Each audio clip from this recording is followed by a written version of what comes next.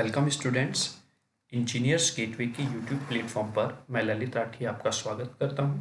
जैसा कि आप लोग जानते हैं, आप यहां पर इंजीनियरिंग फिजिक्स सब्जेक्ट को पढ़ रहे हैं, जिसका कोड है BAS 201। यानी कि सेकेंड सेमेस्टर में आपके पास इंजीनियरिंग फिजिक्स एक सब्जेक्ट है जिसका कोड है VAS 201 और वो यहाँ पर आप पढ़ रहे हैं। उसका यूनिट फर्स्ट हम कवर अप कर रहे हैं जिसका नाम है क्वांटम मैकेनिक्स।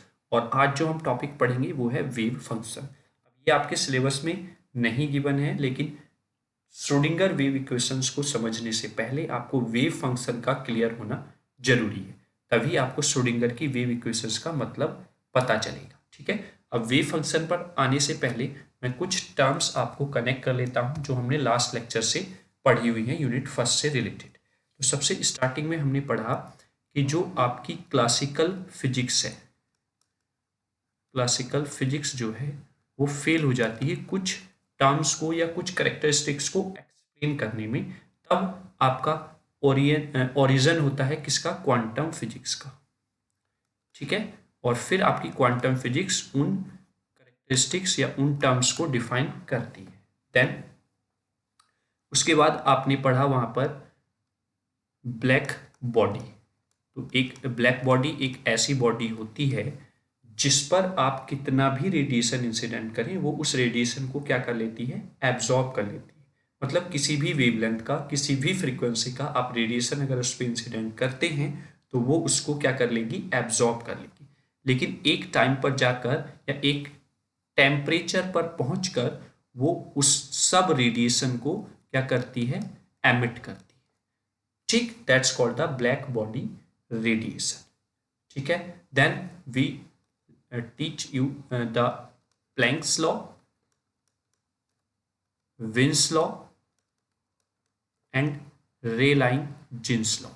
ये हमने सारे टॉपिक कवर अप कर लिए हैं, यानी कि जो छोटे छोटे लॉज थे ये सब हमने कवर अप कर लिए हैं।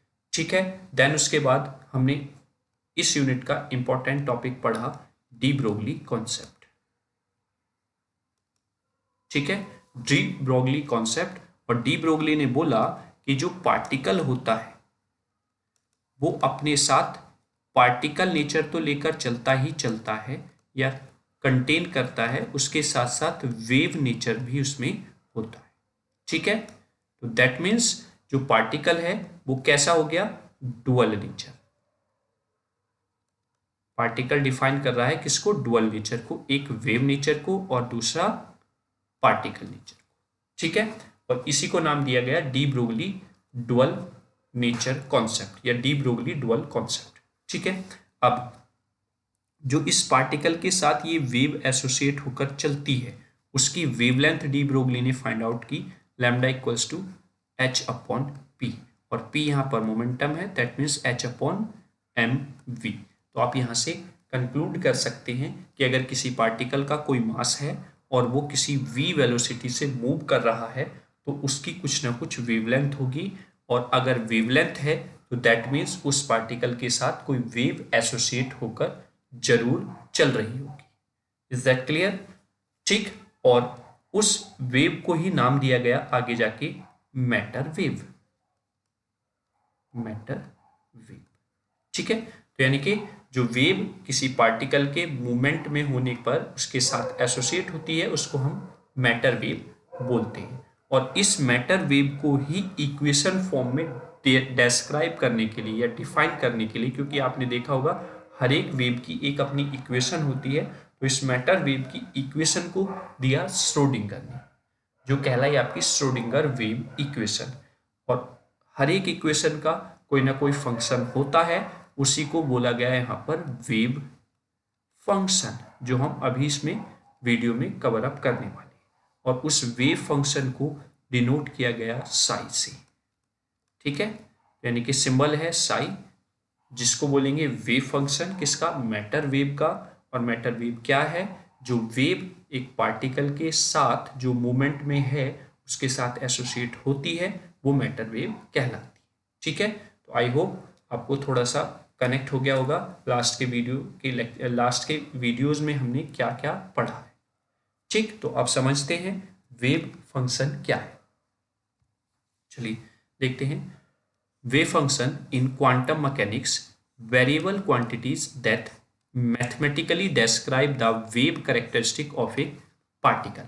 कहने का मतलब ये है कि क्वांटम मैकेनिक्स में वेव फंक्शन वेरिएबल क्वांटिटीज को मैथमेटिकली फॉर्म में डिस्क्राइब करता है, इसके एक पार्टिकल के जो वेव कैरेक्टरिस्टिक को डिफाइन करती है। ठीक है, फिर the value of the wave function of a particle at a given point of space and time is related to the likelihood of the particles being there at the time।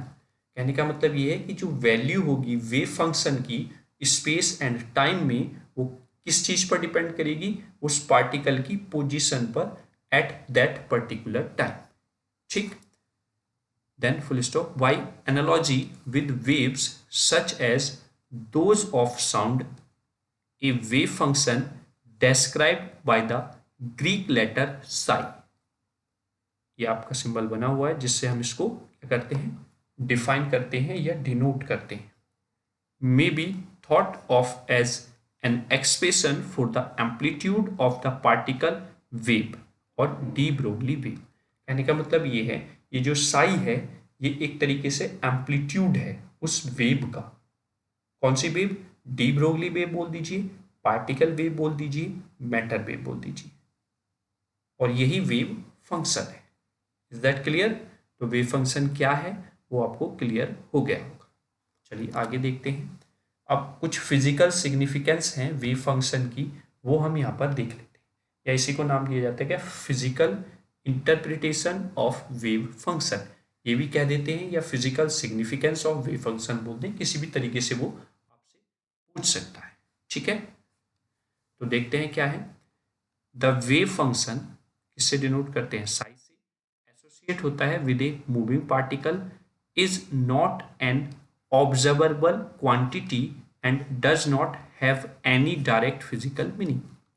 यानी कि साई जो associate होता है एक moving particle के साथ, वो observable नहीं होता है क्वांटिटी की फॉर्म में, and does not have any direct meaning, और उसका कोई डायरेक्ट मीनिंग भी नहीं होता है, but it is a complex quantity because the complex wave function can be represented as. जैसे कि आप देख रहे होंगे यहाँ पर साई एक्स वाई जेड तीनों एक्सेस में और टी के एस्पेक्ट में आपको यहाँ पर डिफाइन कर रहा है, और वो हमने ले लिया a प्लस आई वी। इस फॉर्म में अगर हमने मान लिया कॉम्प्लेक्स वेव फंक्शन ये है, and its complex conjugated as, अगर हम इसका कॉन्जुकेटेड लें तो psi star x y z t और a माइनस आई बी हो जाएगा। ठीक है, तो इसका कॉन्जुकेटेड फंक्शन हो गया a minus i b. Then अगर हम दोनों का प्रोडक्ट करते हैं, the product of wave function and its complex conjugate is, दोनों का आपने क्या कर दिया, कॉम्प्लिकेट यानी कि मल्टीप्लाई कर दिया, प्रोडक्ट कर दिया, then a plus i b multiply by a minus i b. जब आप दोनों की मल्टीप्लाई करेंगे then you get a square minus i square b square, और आई स्क्वायर की वैल्यू होती है -1, then you get a square plus b square, जो यहाँ पर मिल जाएगा, इज ए रियल क्वांटिटी। अब ये एक रियल क्वांटिटी आती है। Then however this can represent the probability density of locating the particle at a place in a given instant of time। ठीक है, तो अब ये एक रियल क्वांटिटी आई है और ये रिप्रेजेंट करती है किसको, प्रोबेबिलिटी डेंसिटी को लोकेट करने की, किसको, पार्टिकल को एक पर्टिकुलर प्लेस पर और एक गिवन टाइम पीरियड पर। सपोज मतलब ये इस तरीके से वेव है, तो या फिर ये पार्टिकल मूव कर रहा है और इसके साथ ये वेव एसोसिएट होकर चल रही है, तो किसी एक पर्टिकुलर टाइम पर यहाँ पर उस पार्टिकल की, है ना, उस पार्टिकल के प्लेस को डिफाइन करती है क्या, वेव फंक्शन की वैल्यू। ठीक है, तो I hope physical significance of wave function क्या होता है, या इसको नाम दे देता है physical interpretation of wave function, ये 2 नंबर में क्वेश्चन पूछा गया है। ठीक है, तो आप इसको ऐसे ही ना समझें, ये एक इम्पॉर्टेंट क्वेश्चन है। देन इससे पीछे की स्लाइड में हमने वेव फंक्शन क्या होता है वो चीज़ समझी। तो आई होप अगर वेव फंक्शन से रिलेटेड आपसे कोई भी क्वेश्चन पूछा जाता है तो वो आप कवर अप कर लेंगे। ठीक है, तो सेशन को देखने के लिए आपका थैंक यू। सेशन कैसा लगा उसके लिए आप कमेंट जरूर करें, जो हमें एज ए फीडबैक काम करते हैं। ठीक, अगर सेशन अच्छा लगा है तो लाइक ज़रूर करें, अपने फ्रेंड्स के साथ शेयर करें चैनल को, और अगर आपने सब्सक्राइब नहीं किया है तो टाइम टू टाइम नोटिफिकेशंस और वीडियो की इंफॉर्मेशन पाने के लिए आप चैनल को जल्दी से जल्दी सब्सक्राइब भी कर लें। ठीक है, क्योंकि यहाँ पर आपको जो भी मिलेगा वो एट ज़ीरो कॉस्ट मिलने वाला है, यानी कि उसके लिए आप कुछ भी पे नहीं करेंगे, आपको यहाँ पर फ्री ऑफ कॉस्ट प्रोवाइड किया जाएगा। ठीक है, इंजीनियर्स गेटवे पर विश्वास जमाए रहने के लिए आपका धन्यवाद, और ऐसे ही विश्वास बनाए रखिए। जो इंजीनियर्स गेटवे आपसे प्रॉमिस करता है वो आपको कंप्लीट करके देगा। ठीक, तब तक जय हिंद, जय भारत, थैंक यू।